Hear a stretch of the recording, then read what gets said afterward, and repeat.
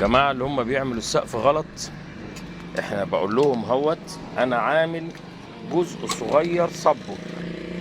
ادي الشوكة اللي المفروض ده حديد السقف العادي تحت اهوت اهو، اللي هو ده حديد البلكونة السفلي، ودي الشوكة فوق اهي. الشوكة بصوا بقى لفة ازاي، جاية تحت اهي، جاية من هنا كده اهي اهي، دي الشوكة اهي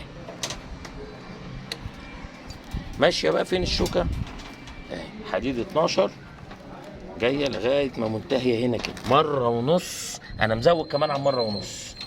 انتوا لو قستوا البلكونه وقستوا السيخ اللي انا مدخله جوه ده اكتر من مره ونص.